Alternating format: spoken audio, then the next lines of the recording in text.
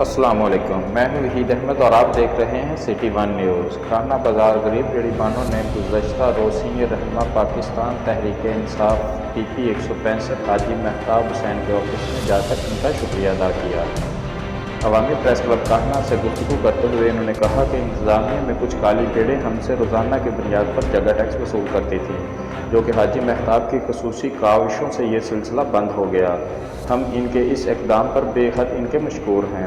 हम ये भी तवक्को करते हैं कि हाजी महताब हुसैन आइंदा भी इस तरह हम जैसे गरीब रेहड़ीबानों से शफकत करते रहेंगे। अस्सलाम वालेकुम जी, की नाम है तुहाडा? मेरा नाम मोहम्मद शबीर।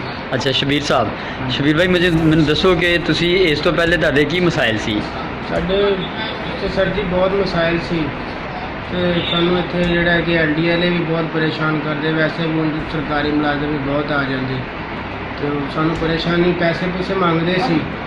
ਪੈਸੇ ਦੇ ਨਾਲ ਜਿਹੜਾ ਕਿ ਸਾਡੀਆਂ ਰੇਹੜੀਆਂ ਲੱਗਦੀਆਂ ਸੀ ਉਹ ਸਾਨੂੰ ਜਿਹੜੀ ਨਾ ਬੜੀ ਪਰੇਸ਼ਾਨੀ ਹੁੰਦੀ ਹੈ। ਉਹਨੇ ਪੈਸੇ ਕਮਾਈਦੇ ਨਹੀਂ ਜਿੰਨੇ ਉਹ ਮੰਗ ਲੈਂਦੇ ਨੇ ਤੇ ਉਹ ਸਾਡੇ ਵਾਸਤੇ ਬੜੀ ਮੁਸ਼ਕਲ ਸੀ।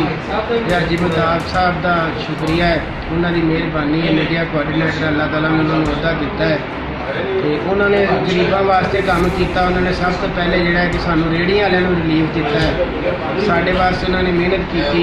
ਸਾਡੇ ਉਹਨਾਂ ਨੇ ਪੈਸੇ ਨਹੀਂ ਹੁਣ ਸਾਨੂੰ ਦੇਣੇ ਪੈਂਦੇ, ਰੇਹੜੀਆਂ ਵੀ ਲੱਗੀਆਂ ਨੇ ਤੇ ਅੱਲਾਹ ਦੀ ਰਹਿਮਤ ਨਾਲ ਕੋਈ ਸਾਨੂੰ ਪਰੇਸ਼ਾਨ ਵੀ ਨਹੀਂ ਕਰਦਾ ਹੈਗਾ।